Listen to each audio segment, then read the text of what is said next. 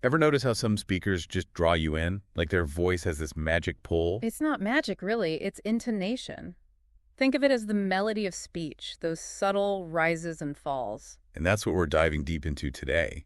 How intonation can make you a more powerful communicator, whether you're giving a presentation or just chatting with a friend. Exactly. And there are four key patterns: falling, rising, rise, fall, and flat. So let's start with falling intonation. What's the deal with that? Falling intonation is like a vocal period. Think of a judge saying, case dismissed. So it shows certainty, finality. Precisely. That downward pitch leaves no room for doubt.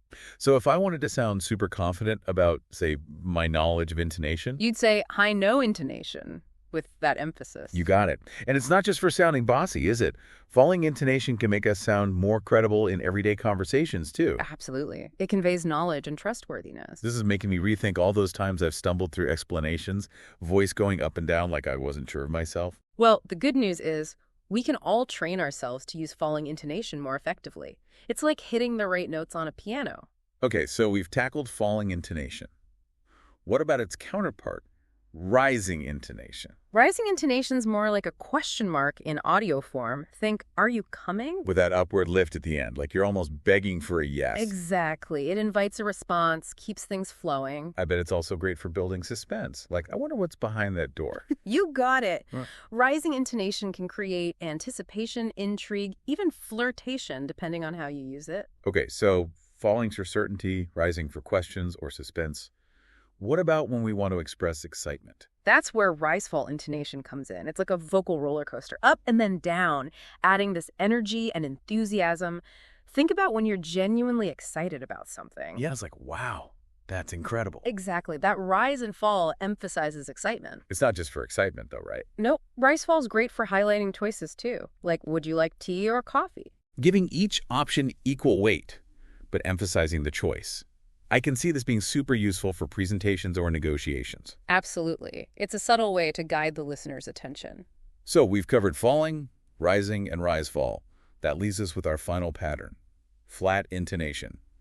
And if the name's anything to go by, this one doesn't sound too thrilling. Well, it's characterized by a pretty consistent pitch. No real rises or falls. It can convey uncertainty or even boredom.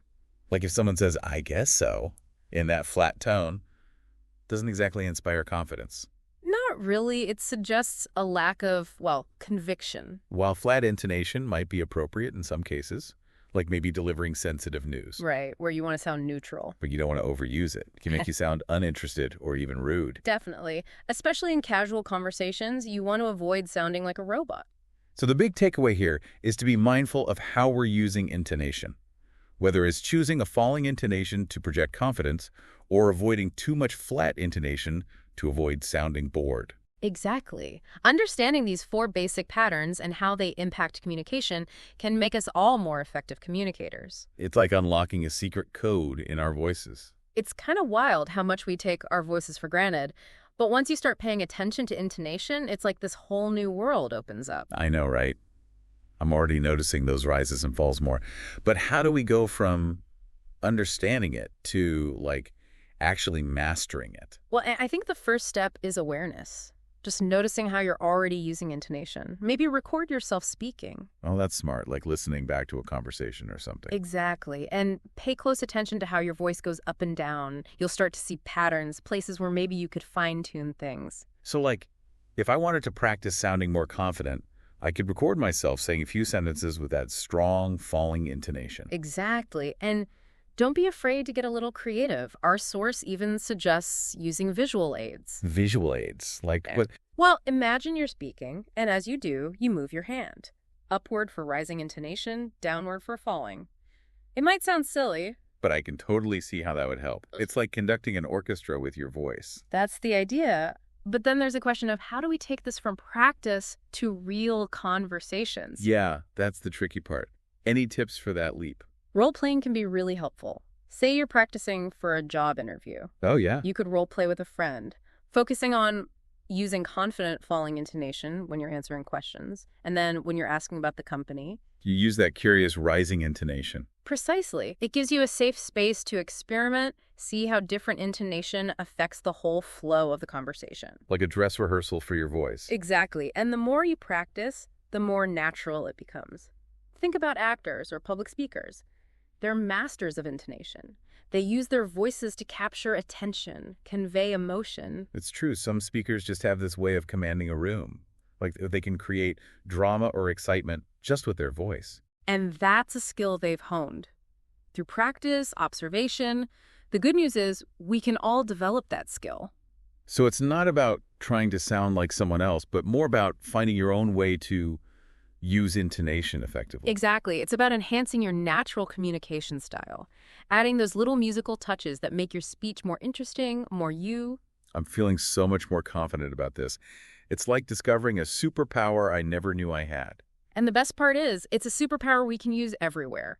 From casual chats to those big presentations to, just talking with our families. So much to explore.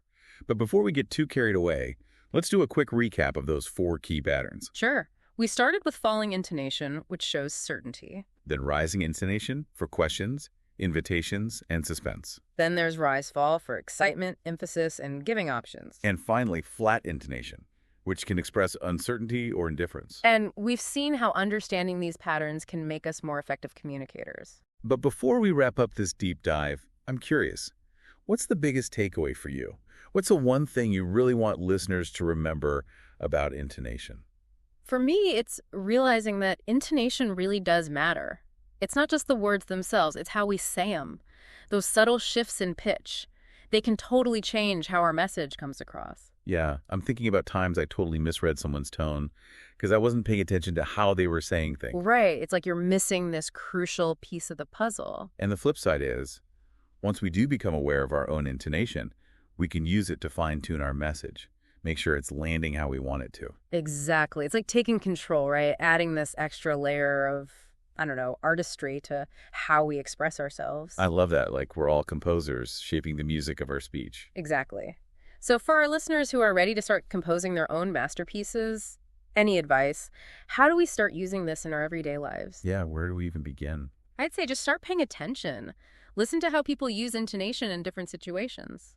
Okay, so what am I listening for? Well, think about how a salesperson might use that rise-fall to highlight, say, the benefits of what they're selling, or how a friend might use a gentler rising tone when they're trying to be supportive. Oh, that's interesting. So it's almost like training our ear for conversation. Exactly. The more we listen, the more we start to internalize those patterns, and then we can try them out ourselves. So it's observation, then experimentation. Exactly. And don't be afraid to have fun with it. Play around with different patterns in your own conversations. See what happens. It's not about being perfect. It's about finding what works for you.